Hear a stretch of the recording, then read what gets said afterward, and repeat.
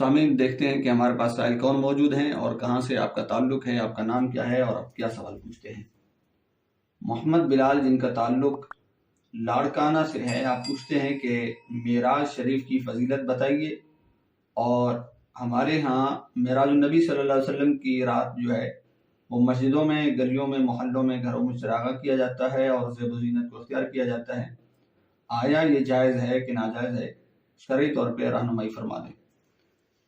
سامعین، دیکھیں کہ معراج النبی صلی اللہ تعالیٰ علیہ وآلہ وسلم حضور علیہ السلام کے اعظم المعجزات میں سے ہے، کہ جس کو اگر ہم یوں کہیں کہ حضور علیہ السلام کے، یوں تو سرکار علیہ السلام کا ہر معجزہ بڑا معجزہ ہے، لیکن کچھ معجزات وہ ہیں جو دیگر معجزات کی بنسبت زیادہ اظہر ہیں، زیادہ ظاہر ہیں۔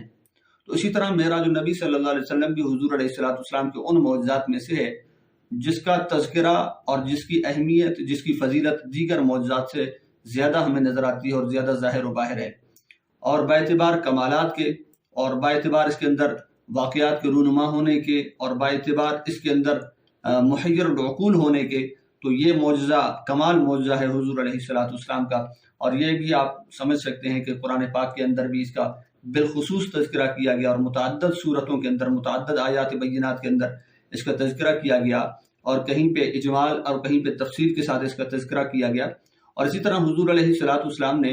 اپنی احادیث مبارکہ کے اندر بھی بارہا اس کا تذکرہ فرمایا اور متعدد مقامات پہ اس کا ذکر خیر فرمایا۔ ظاہر سی بات ہے، جب قرآن پاک نے اس واقعہ کو اس اہتمام کے ساتھ بیان کیا، اور پھر حضور علیہ السلام نے بھی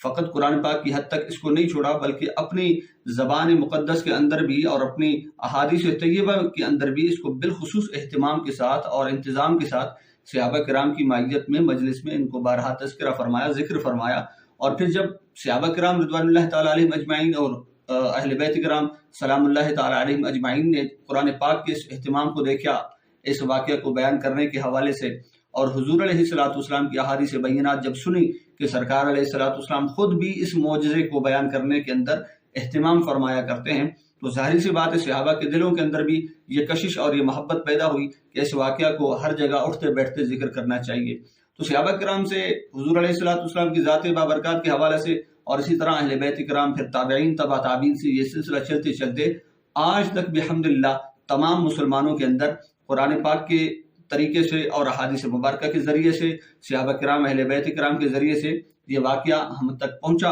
اور یہ واقعہ اور معراج کا جو معجزہ ہے وہ ہم تک پہنچا۔ اور پھر دیکھیں، فقط یہ واقعہ ہی نہیں ہے، اسلام کی حقانیت کے لیے بہت بڑی ثبوت اور بہت بڑی دلیل ہے یہ۔ اسی طرح حضور علیہ السلام کا خود فرمان ذیشان ہے، جس کے راوی حضرت سلمان فارسی رضی اللہ تعالیٰ عنہ، جس کو شعب الایمان کے اندر امام بہقی رحمۃ اللہ تعالیٰ علیہ نے بیان فرمایا، اور فرمایا کہ اللہ کے نبی علیہ السلام نے ارشاد فرمایا کہ یہ رجب کا مہینہ جو ہے، اس میں ایک دن اور ایک رات ایسے ہیں کہ اس کے اندر، یعنی رات کو قیام کرنا اور دن کو اس کے روزہ رکھنا، اگر کوئی بندہ یہ عمل کر لے، اگر کوئی شخص یہ عمل کر لیتا ہے، یعنی اس رجب کی رات کو قیام کرتا ہے اور دن کو روزہ رکھتا ہے، وہ ایسے ہے جیسے کہ کمن صام من الدہر مئۃ سنۃ، یعنی وہ ایسے ہے جیسے کہ اس نے 100 سال روزے رکھے، 100 سال اس نے مسلسل عبادتیں کی۔ اور حضرت سلمان فارسی رضی اللہ تعالیٰ عنہ فرماتے ہیں کہ اللہ کے نبی علیہ السلام نے فرمایا وہ رات اور وہ دن کون سے ہیں؟ فرمایا رجب کی وہ 27ویں شب ہے، رات 27ویں کی اور دن بھی 27ویں کا، کہ 27ویں کی جو رات ہے اس رات قیام کیا جائے، ذکر و اذکار کیے جائیں، عبادات کی جائیں، درود السلام کی کثرت کی جائے، استغفار اور دعا کی جائے، اور اسی طرح اللہ پاک کی حضور جبین ناز کو جھکانا چاہیے، سر تسلیم خم کرنا چاہیے۔ اور پھر اس چیز کا اہتمام کریں کہ جس بھی مسجد میں جائیں، علماء کے پاس جب جائیں یا دیگر بزرگان دین کے پاس جائیں، تو ایسے علماء کا انتخاب کریں یا ایسے افراد کا انتخاب کریں، یا گھر کے اندر اگر آپ اس طرح کے واقعات بیان کر رہے ہیں جو معراج النبی صلی اللہ علیہ وسلم سے جس کا تعلق ہے، تو وہ واقعات بیان کریں جو کم از کم ضعیف احادیث ہوں۔ زیادہ سے زیادہ کی تو میں بات نہیں کر رہا، کم از کم ایسی احادیث ہوں جو فضیلت کے اندر ضعیف ہوں، اور بیان کرنے کے اندر یا درجہ کے اندر وہ ضعیف ہونی چاہیے۔ موضوع روایات سے مکمل اجتناب کریں اور حکایات شرکیہ سے مکمل اجتناب کریں۔ ایک مثال دے کر عرض کروں گا کہ حکایات شرکیہ کے طور پہ کیا، جس طرح کہ شاید کچھ لوگوں کے اندر یہ بات مشہور ہے کہ حضور علیہ السلام معراج کی شب جب اللہ کی بارگاہ میں پہنچے، اللہ تعالیٰ کا دیدار ہوا، تو وہ کیفیت کیا تھی۔ تو کچھ لوگوں کا شاید یہ کہنا ہے کہ اللہ تعالیٰ کا دیدار اس طریقے سے ہوا کہ وہ حضرت مولا علی رضی اللہ تعالیٰ عنہ کی شکل و صورت اور جسم کے ساتھ متشکل تھا اللہ تعالیٰ معاذ اللہ. تو حضور علیہ الصلوۃ والسلام نے جو ہے اللہ تعالیٰ کے ساتھ ہاتھ ملایا اور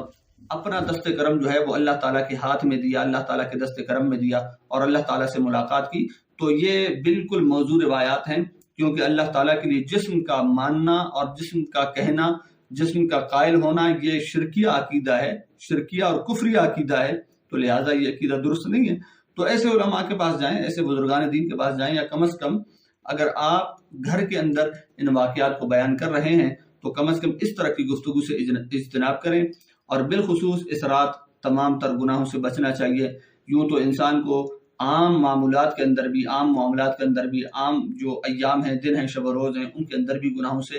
اجتناب اور پرہیز کرنا چاہیے. لیکن یہ جو دین اسلام کی یوں سمجھے شاعر ایام ہوتے ہیں یا راتیں ہوتی ہیں، ان کے اندر بالخصوص گناہوں سے بچنے کا اہتمام کرنا چاہیے، گناہوں سے اجتناب کرنا چاہیے اور اللہ کے حضور توبہ اور بخشش مانگنی چاہیے. اللہ کے حضور توبہ کرنا چاہیے، بخشش مانگنی چاہیے. اور اسی طرح اس رات اگر آپ گھر کو سجاتے ہیں، چراغاں کرتے ہیں، گلی محلوں میں چراغاں کرتے ہیں، مسجدوں کو چراغاں کرتے ہیں، اسی طرح وضع قطع کے اندر زیب و زینت اختیار کرتے ہیں، تو اس میں کوئی حرج نہیں ہے، بلکہ یہ کار ثواب ہے. اس رات